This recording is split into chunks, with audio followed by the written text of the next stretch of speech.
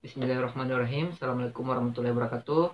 Perkenalkan, nama saya Ahmad Fauzi Samsul. Pada kesempatan kali ini, saya akan membuat video penjelasan tentang materi instrumen keuangan, yang dimana tujuan video ini yaitu untuk pemenuhan tugas yang diberikan oleh dosen pengampu mata kuliah Akuntansi Keuangan Lanjutan 2 dari Bapak Dr. Irfan Jamjam.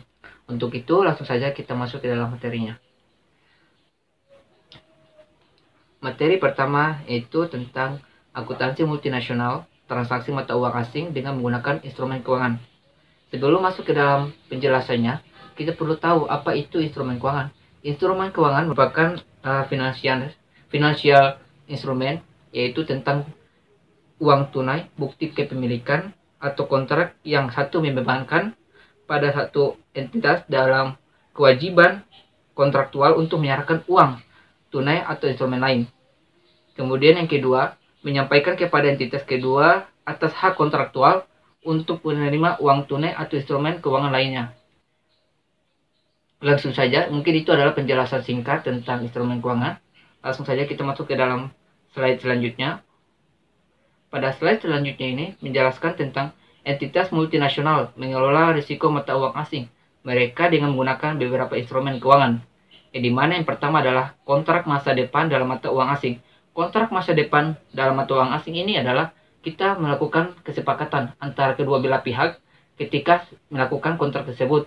Dan pada masa depan itu kita akan menggunakan pada masa depan pada bulan apa, pada hari apa, dan bagaimana cara kita menyelesaikan kontrak masa depan tersebut. Pada poin kedua tentang opsi mata uang asing. Opsi mata uang asing yang kita akan gunakan ketika terjadinya kontrak antara kedua belah pihak, kita menggunakan opsi mata uang asing apa? Apakah menggunakan mata uang asing yen, dolar, atau rupiah? Yang ketiga, mata uang asing berjangka. Nah, pada banyak perusahaan menggunakan kontrak pertukaran masa depan dengan melihat risiko mata uang asing dengan instrumen keuangan pertukaran mata uang asing.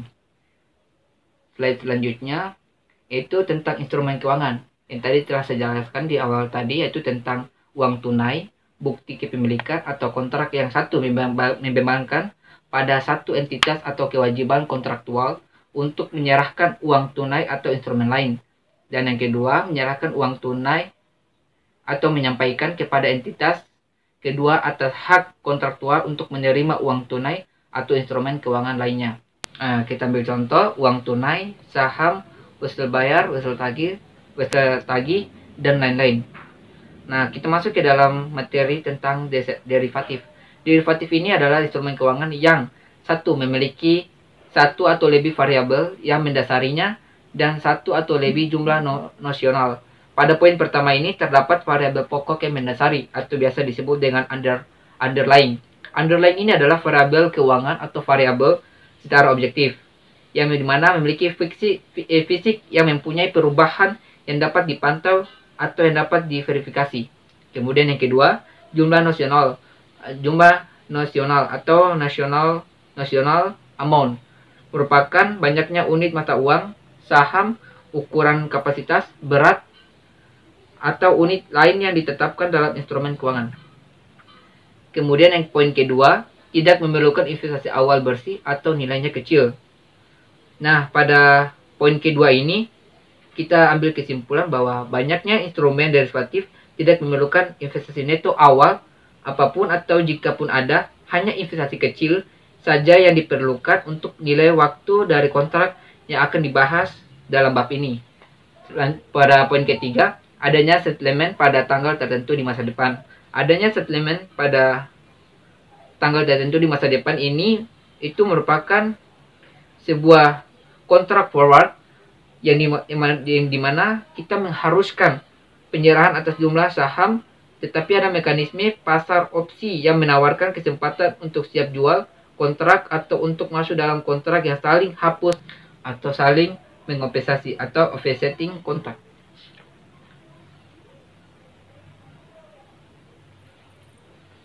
Kemudian contoh dari derivatif ini yaitu kontrak pertukaran mata uang asing masa depan. Lanjut kepada slide selanjutnya, yaitu tentang lindung nilai dapat digunakan untuk satu, risiko kurs mata uang asing. Risiko kurs mata uang asing ini kita dapat ketahui bersama-sama dengan melihat bahwa risiko kurs mata uang asing ini merupakan satu risiko atau valuta asing atau foreign exchange rate adalah paparan yang merugikan akibat fluktuasi nilai tukar valuta asing di bawah nilai tukar mengambang.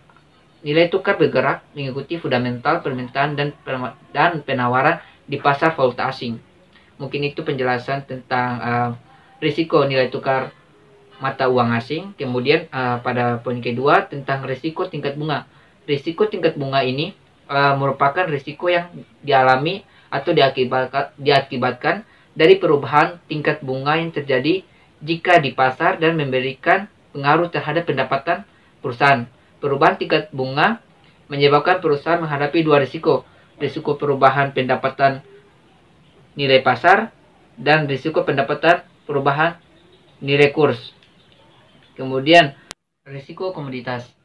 Pada poin ketiga, risiko komoditas itu merupakan risiko kerugian akibat perubahan harga instrumen keuangan dari posisi trading book dan banking book yang disebabkan oleh perubahan harga komoditas. Nah, lanjut kepada poin selanjutnya, lindung nilai atas nilai wajar, yaitu melindungi risiko perubahan nilai wajar dari kewajiban atau aset atau komitmen yang belum diakui untuk membeli atau menjual aset pada harga tetap atau porsi tertentu, yang dimana keuntungan atau kerugian akan diakui pada laporan laba rugi periode berjalan. Dapat dilihat pada lampiran 11B. Itu merupakan penjelasan tentang derivatif yang ditunjukkan sebagai lindung nilai. Lindung nilai juga ini terdapat nilai arus kas. Jadi kita harus melindungi nilai dari arus kas tersebut. Melindungi risiko perubahan arus kas yang diadaptasi yang masuk atau keluar dari perusahaan untuk aset dan kewajiban yang diakui, seperti pembayaran bunga masa depan atas utang bunga. Kemudian yang terakhir, lindung nilai dari investasi bersih operasi dari luar negeri. Untuk lindung nilai risiko mata uang asing, keuntungan atau kerugian itu bisa didasari dengan pendapatan komprehensif lainnya. Pada slide selanjutnya, kita masuk dalam ilustrasi mengelola posisi kewajiban bersih yang terkena exposure. Yang dimana contoh ini ada 4 poinnya di sini asumsi. Asumsi pertama, pada tanggal 1 Oktober 2021, PT Induk membeli barang secara kredit dari Tokyo Industri dengan nilai 2 juta yen. Kemudian pada asumsi kedua, transaksi tersebut didominasi dalam yen. Jadi mereka menyepakati bahwa mereka menggunakan yen. Dan PT Induk menghapuskan risiko dalam kewajiban mata uang asingnya dengan kontrak pertukaran untuk menerima 2 juta yen dari pedagang mata uang asing. Asumsi ketiga, jangka waktu kontrak pertukaran mata uang asing sama dengan periode kredit 6 bulan atau setara dengan 180 hari yang akan diberikan oleh Tokyo Industri. Pada asumsi keempat, tanggal akhir tahun PT Induk adalah 31 Desember. Sementara utang akan dilunasi pada tanggal 1 April. Jadi maksudnya pada tanggal 1 Oktober itu kan melakukan kontrak dan akan menyelesaikan pada tanggal 1 April 2022. Itu dalam artian jika kita ubah ke hari itu selama 180 hari, selama 6 bulan. Kurs langsung yang relevan adalah sebagai berikut yang dapat ditampilkan pada slide ini. Tanggal 1 Oktober 2021 tanggal transaksi yang dimana kurs tunai itu yang disepakati adalah Rp80. Kurs masa depan pada tanggal 1 tersebut adalah Rp85 yang dimana dia akan diselesaikan pada 180 hari. Kemudian tanggal 31 Desember 2021 tanggal neraca kurs tunai itu 90. Kurs masa depan pada 31 Desember 2021 berkisar sekitar Rp87 atau 90 hari. Dan untuk tanggal pelunasan 1 April 2022 itu yang disepakati adalah 86. Jadi di sini bisa dilihat bahwa adanya peningkatan dari tanggal transaksi awal itu 80 menjadi 86 di tanggal 1 April 2020. Adanya peningkatan sebesar Rp6. Baik, pada slide selanjutnya, yaitu garis waktu untuk transaksi tersebut adalah sebagai berikut. Nah, di sini pada tanggal 1 Oktober merupakan tanggal 1 Oktober 2021 merupakan tanggal transaksi, 31 bulan 12 2021 tanggal neraca, dan 1 April 2022 merupakan tanggal pelunasan. Nah, pada tanggal 1 bulan 10 2021 terdapat dua informasi. Informasi pertama, timbul transaksi yang didominasi dalam yen. Yang kedua, mendatangani kontrak masa depan 180 hari untuk menerima yen. Pada tanggal 31 Desember 2021 merupakan tanggal neraca, dan tanggal 1 bulan 4 atau bulan April 2022 terdapat juga dua informasi. Informasi pertama, memperoleh yen melalui penyelesaian kontrak masa depan. Informasi kedua, membayar yen untuk melunasi utang usaha.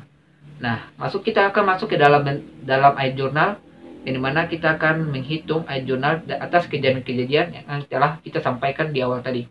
Pada tanggal 1 Oktober 2021, persediaan terhadap utang usaha dalam bentuk yen senilai 160 juta itu bisa dihitung dari 2 juta yen dikali dengan 80 kurs tunai pada tanggal 1 Oktober, sehingga kita mendapatkan nilai 160 juta.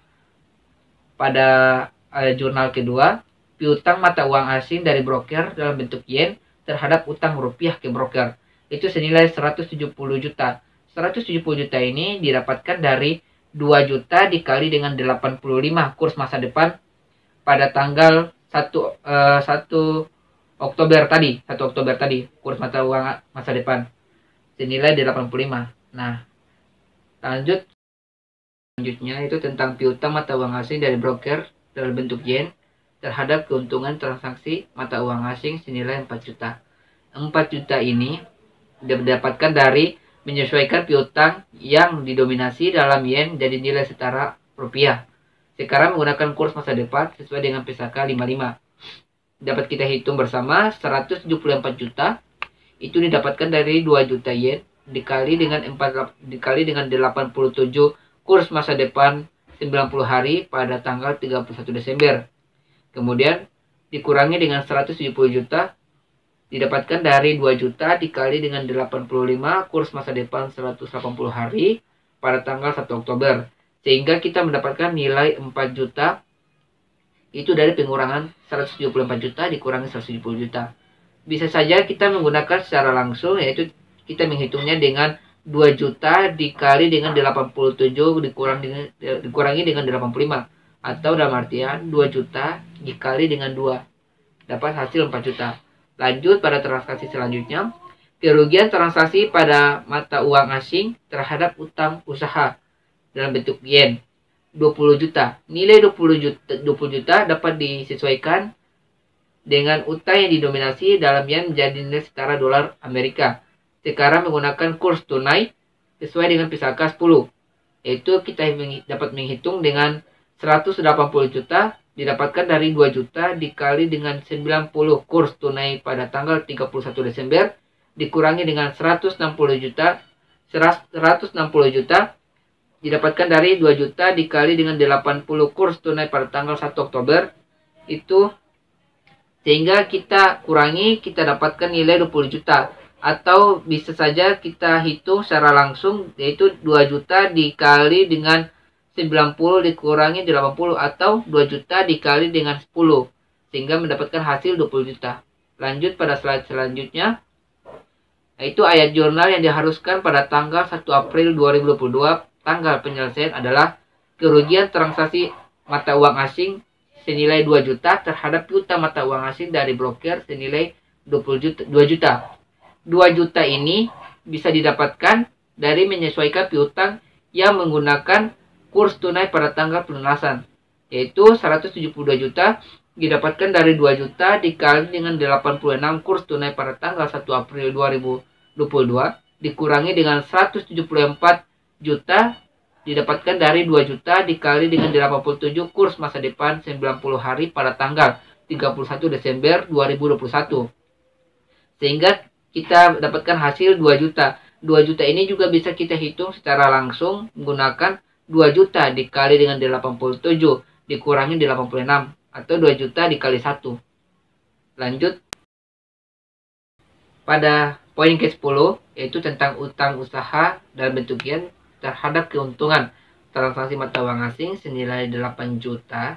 8 juta ini didapatkan dari menyesuaikan utang didominasi dalam yen sesuai dengan kurs tunai pada tanggal pelunasan. 2 juta yen dikali dengan 86 dikurangi 90.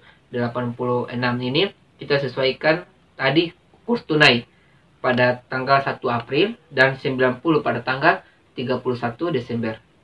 Kemudian pada poin ke-11, utang rupiah ke broker terhadap kas senilai 170 juta.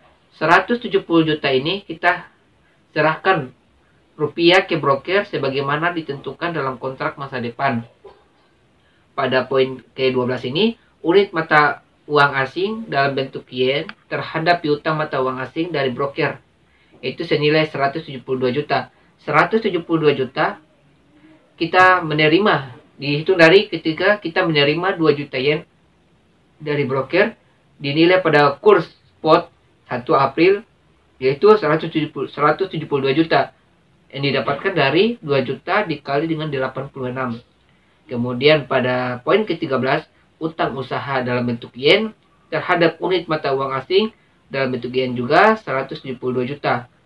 Itu kita membayar 2 juta yen ke Tokyo Industri untuk penyelesaian liabilitas didominasi dalam yen. Jadi pada poin ke-12 kita menerima 2 juta yen dari broker, dan pada poin ke-13 ini kita membayar 2 juta ke toko industri. Lanjut pada slide selanjutnya tentang ilustrasi lindung nilai komitmen mata uang asing yang belum diakui.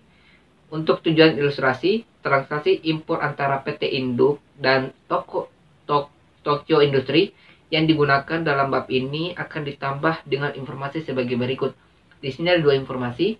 Informasi pertama, pada tanggal 1 Agustus 2021, PT Induk membuat kontrak dengan Tokyo Industri untuk membeli barang yang akan dipesan khusus.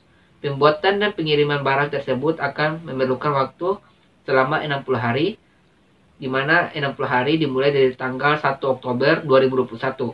Harga kontrak adalah 2 juta yen yang akan dibayar pada tanggal 1 April 2022, yaitu 180 hari setelah pengiriman barang. Dan pada informasi kedua, pada tanggal 1 Agustus 2021, PT Induk melakukan lindung nilai atas komitmen utang mata uang asing dengan kontrak masa depan untuk menerima 2 juta yen tadi dalam 240 hari. Dan dimana kita bisa hitung 60 hari sampai pengiriman ditambah dengan 180 hari periode kredit. Kurs masa depan untuk kontrak masa depan 240 hari adalah 81 untuk 1 yen. Tujuan kontrak masa depan 240 hari ini ada 2. Pertama, untuk 60 hari dari tanggal 1 Agustus 2021 sampai dengan 1 Oktober 2021. Kontrak masa depan adalah untuk pelindung nilai komitmen mata uang asing yang akan diidentifikasi. Untuk periode 180 hari dari tanggal 1 Oktober 2021 sampai dengan 1 April 2022, kontrak masa depan adalah untuk pelindung nilai atas posisi kewajiban bersih yang terkena eksposur dalam mata uang asing. Nah, dari informasi tersebut, kita dapat membuat kurs yang relevan. Untuk contoh ini adalah, yang bisa dilihat pada slide ini, tanggal 1 Agustus 2021, kurs tunai yaitu Rp75, kurs masa depan yaitu Rp83 yang akan dibayarkan 240 hari. Kemudian pada tanggal 1 Oktober 2021, itu kurs tunai senilai Rp80.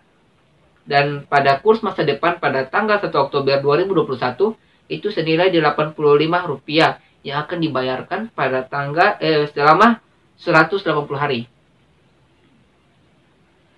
Nah, pada jurnal pertama tanggal 1 Agustus 2021, piutang mata uang asing dari broker dalam bentuk yen terhadap utang rupiah ke broker itu senilai 166 juta. 166 juta ini bisa didapatkan dari menghitung atau mendatangani kontrak masa depan untuk menerima 2 juta yen dalam 240 hari.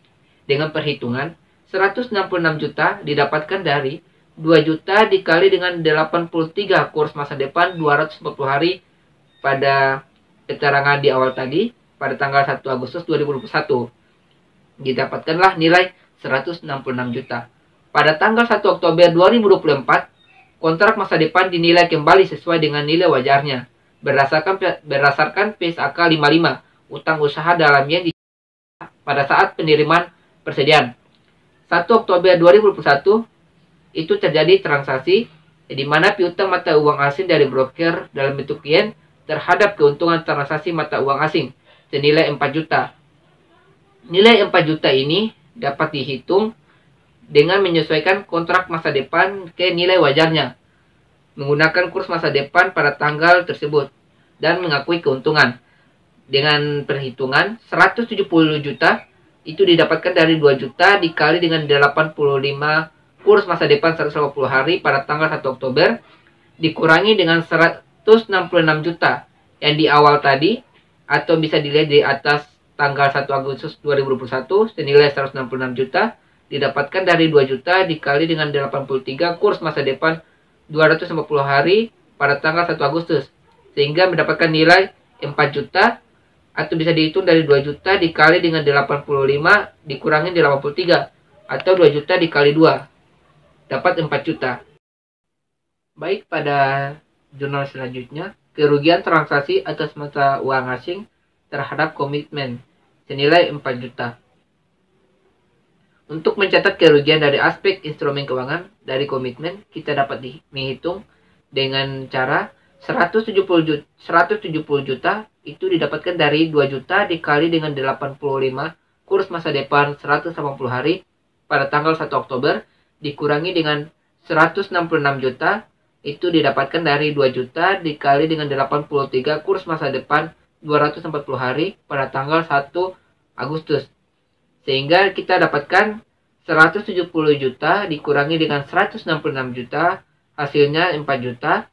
Itu bisa dihitung secara langsung dengan 2 juta dikali dengan 85 dikurangi 83, atau 2 juta dikali dengan 2. Lanjut pada slide selanjutnya.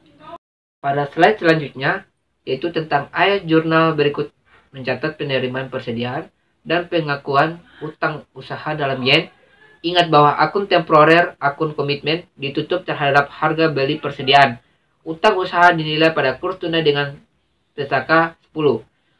Kita bisa lihat jurnalnya, persediaan 156 juta, komitmen 4 juta, terhadap utang usaha dalam bentuk yen 160 juta.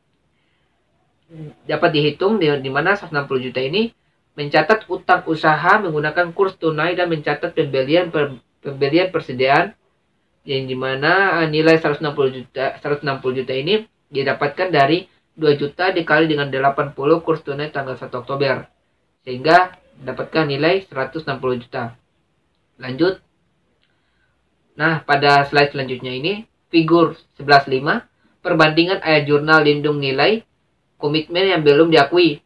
Kontrak masa depan menggunakan kurs masa depan pada tanggal 1 Agustus 2021 mengakui kontrak masa depan pada kurs masa depan, yaitu dengan melihat jurnalnya piutang valuta asing dalam bentuk yen terhadap utang rupiah ke broker senilai 166 juta.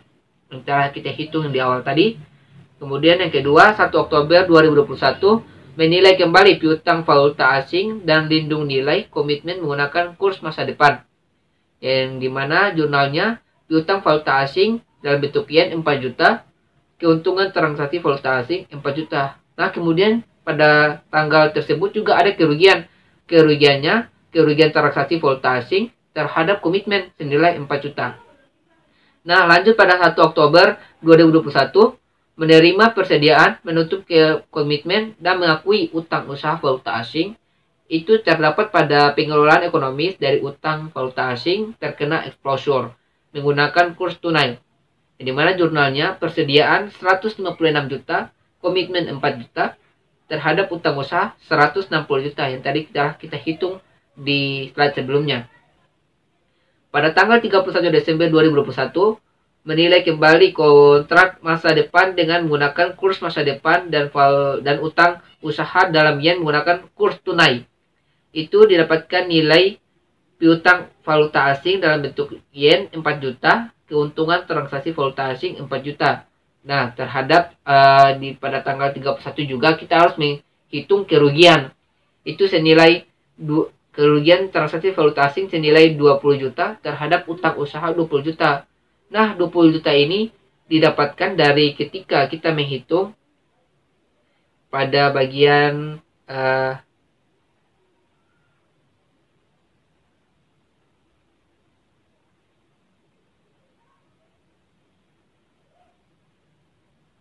pada bagian ini, kerugian transaksi mata uang asing utang usaha 20 juta. Yang telah kita bahas pada bagian ini. Lanjut pada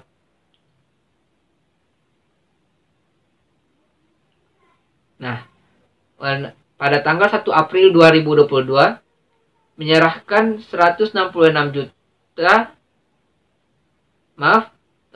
pada 1 April 2022 menilai kembali kontrak masa depan pada tanggal jatuh tempo menggunakan kurs tunai dan utang usaha dalam yen. Kerugian transaksi valuta asing 2 juta, piutang valuta asing 2 juta. Terhadap pada poin 10, utang usaha dalam bentuk yen 8 juta, keuntungan transaksi valuta asing 8 juta.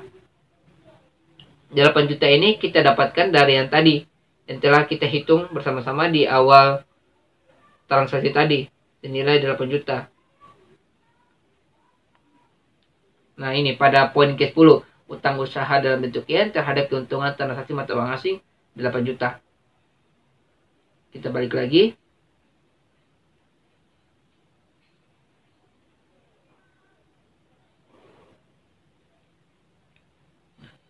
Pada tanggal 1 April 2022 menyerahkan 166 juta dari broker dan menerima yen menggunakan yen untuk melunasi utang usaha. Yang dimana transaksinya itu utang rupiah ke broker 166 juta terhadap kas 166 juta. Utang usaha, unit valuta asing 172 juta terhadap piutang valuta asing 172 juta. Kemudian pada poin ke-13, unit valuta asing dalam yen 172 juta terhadap utang usaha 172 juta. Oke, pada slide selanjutnya. Nah, pada figur 11.7, ayat jurnal untuk melindung nilai arus kas dari transaksi yang diperkirakan. Nah, di sini ada dua ya. Ayat jurnal untuk kontrak forward. Kemudian yang kedua, ayat jurnal untuk utang usaha mata uang asing. Yang pertama itu menggunakan kurs forward, yang kedua menggunakan kurs spot. Pada tanggal 1 Agustus 2021 memperoleh kontrak forward dengan kurs forward. Pada poin 14 ini, piutang mata uang asing dalam bentuk yen senilai 166 juta terhadap utang rupiah ke broker sebesar 166 juta rupiah. Pada tanggal 1 Oktober 2021 menerima persediaan yang merupakan transaksi yang diperkirakan dan mengakui utang usaha mata uang asing dengan kurs spot, yaitu pada tanggal 1 di sini tidak ada revaluasi piutang usaha dalam mata uang asing pada tanggal ini. Namun pada ayat jurnal utang usaha mata uang asing terjadi persediaan terhadap utang usaha sebesar 160 juta rupiah. Nah, pada tanggal 31 Desember 2021 di sini terjadi beberapa transaksi, yaitu yang pertama, piutang usaha, piutang mata uang asing dalam bentuk yen 4 juta terhadap penghasilan komprehensif lain 4 juta. Dapat dihitung menggunakan 2 juta dikali dengan 87 kurang 85 atau 2 juta dikali dengan 2. Pada poin 8, kerugian transaksi mata uang asing senilai 20 juta terhadap utang usaha sebesar 20 juta yang telah kita hitung bersama tadi. Kemudian yang C, penghasilan komprehensif lain 20 juta itu terhadap keuntungan transaksi mata uang asing. Kenapa kita tampilkan kembali? Dikarenakan kita akan menghapus kerugian pada utang usaha. Jadi kita pada poin 8 tadi yang ini 20 juta, kita akan hapus kepada bagian posisi KC. Dan kita mengganti dengan jurnal penghasilan komprehensif lain terhadap keuntungan transaksi mata uang asing. Pada tanggal 1 April 2022, merevaluasi kontrak forward pada tanggal jatuh tempo dengan menggunakan kurs spot dan utang usaha dalam yen dengan menggunakan kurs spot menghapus keuntungan transaksi pada utang terhadap penghasilan komprehensif lain. Di sini ada 3 transaksi. Yang pertama, penghasilan komprehensif lain 2 juta terhadap piutang mata uang asing 2 juta. Kemudian yang 10, utang usaha dalam bentuk yen 8 juta terhadap keuntungan transaksi mata uang asing 8 juta. Kemudian yang C, kerugian transaksi mata uang asing 8 juta terhadap penghasilan komprehensif lain 8 juta. Yang dimana pada yang C ini, transaksi C, kita menghapus keuntungan pada utang usaha. Lanjut, pada 1 April 2022, menyerahkan 170 juta dalam rupiah ke broker dan menerima yen, menggunakan yen untuk menyelesaikan utang usaha. Nah, pada jurnalnya, utang rupiah ke broker 170 juta terhadap kas 170 juta. Kemudian pada poin ke-12, unit mata uang asing dalam bentuk yen 172 juta terhadap piutang mata uang asing dalam bentuk yen 172 juta. Nah, pada poin ke-13, utang usaha dalam bentuk yen 172 juta terhadap unit mata uang asing dalam bentuk yen 172 juta. Pada poin terakhir, kita asumsikan penjualan persediaan dan kulminasi proses laba dari penghasilan komprehensif lain dan kontrak forward. Itu jurnalnya beban pokok penjualan 6 juta. 6 juta ini kita dapatkan dari 4 juta dari ini kita kurangi dengan penghasilan komprehensif lain di poin ini, sehingga 4 juta dikurang 2 juta sisanya 2 juta. 2 juta ini kemudian kita kurangi lagi dengan 8 juta, maka hasilnya mendapatkan 6 juta. Beban pokok penjualan 6 juta, penghasilan komprehensif lain 6 juta. Terhadap beban pokok penjualan 160 juta, di mana 160 juta ini terhadap persediaan 160 juta didapatkan dari perhitungan di poin 17C yang ini. Nah, lanjut. Nah, pada poin ini terdapat informasi. Pada kasus yang 4 ini terdapat informasi ilustrasi spekulasi dengan kontrak masa depan, yaitu di dalamnya terdapat contoh berikut mengilustrasikan akuntansi untuk perusahaan Indonesia yang melakukan kontrak masa depan spekulatif dalam euro, suatu mata uang di mana perusahaan tidak mempunyai piutang, utang, dan atau komitmen. Pada poin pertama, pada tanggal 1 Oktober 2021, PT Induk melakukan kontrak masa depan 180 hari untuk menyerahkan 4.000 euro pada kurs masa depan 14.740 atau setara dengan 1 euro. Saat kurs tunai adalah 14.730 sama dengan 1 euro.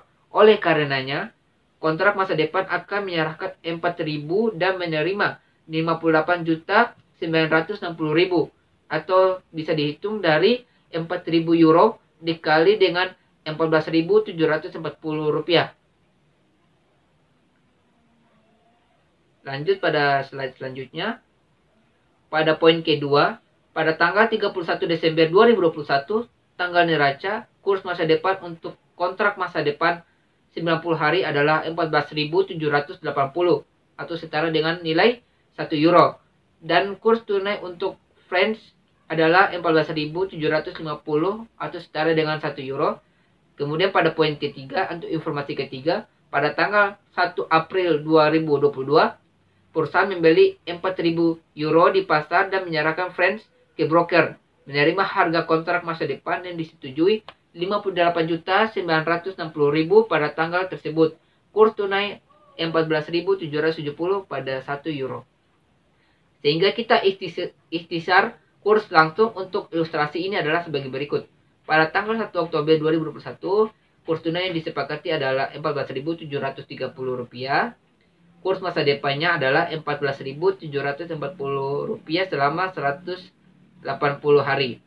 Kemudian tanggal 31 Desember 2021, kurs tunai itu senilai 14.750.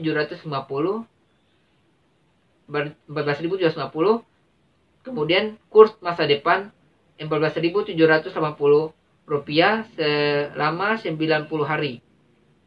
Nah, pada 1 April itu disepakati kurs tunainya Rp14.770. Dari awal 1 Oktober 2021 itu nilainya Rp14.730, kemudian pada tanggal 1 April 2022 itu naik menjadi Rp14.770. Ada peningkatan senilai Rp40. Ada peningkatan senilai Rp40. Kemudian garis waktu untuk transaksi tersebut adalah sebagai berikut.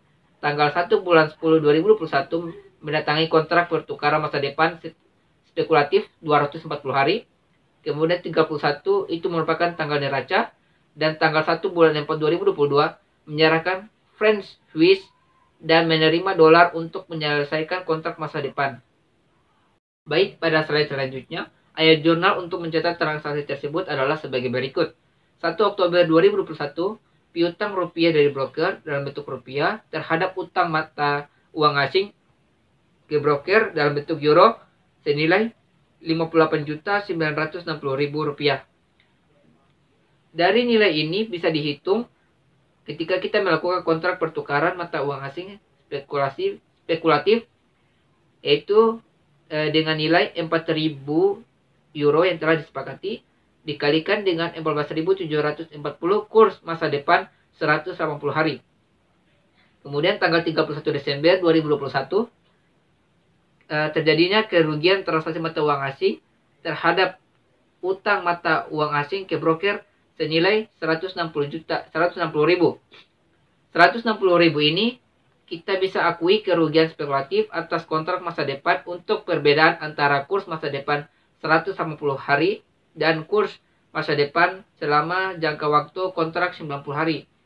Dengan cara 4.000 tadi, 4.000 euro tadi dikalikan dengan 14.780 dikurangi dengan 14.740. Jadi 4.000 dikalikan dengan 40 mendapatkan hasil 160.000. Kemudian pada tanggal 1 April 2022 utang mata uang asing ke broker dalam bentuk euro senilai 40.000. 40.000 ini terhadap keuntungan transaksi mata uang asing senilai 40.000 itu bisa dihitung ketika kita menilai kembali utang mata uang asing ke kurs tunai pada akhir jangka waktu kontrak. Di mana 4.000 euro tadi dikalikan dengan 14.780 dikurangi dengan 14.770. 14.780 itu merupakan kurs tunai pada bulan Desember dikurangi 14.770 pada kurs tunai pada bulan April. Sehingga 4.000 dikalikan dengan 10 mendapatkan hasil 40.000. Kemudian pada poin ke-21, unit mata uang asing dalam bentuk euro 59.080.000 terhadap kas 59.080.000 itu didapatkan dari membeli unit mata uang asing dalam bentuk euro dari pasar pada kurs tunai adalah 14.770 sampai dengan 1 euro. Atau bisa kita hitung dengan cara 4.000 dikali 14.770 kurs tunai. Sehingga kita mendapatkan nilai 59.080.000. Nah, pada poin ke-22, utang mata uang asing ke broker dalam bentuk euro 59.080.000 sama halnya tadi yang di awal, hanya saja pada poin ke-22 ini jurnalnya itu berbeda. Jurnalnya itu utang mata uang asing ke broker terhadap unit mata uang asing ke euro. Nah, di mana kita akan menyerahkan unit mata uang asing ke broker dalam pelunasan kontrak masa depan. Dan perhitungannya pun sama di atas tadi pada poin ke-21. Lanjut, pada slide selanjutnya, kas 58.960.000 terhadap piutang rupiah dari broker senilai 58.960.000, yang dimana ini adalah menerima rupiah dari broker sesuai kontrak di awal tadi, di awal tanggal 1 tadi. Nah, mungkin itu saja yang dapat saya sampaikan pada kesempatan kali ini. Lebih kurangnya saya mohon maaf. Wabillahi taufiq wal hidayah. Wassalamualaikum warahmatullahi wabarakatuh.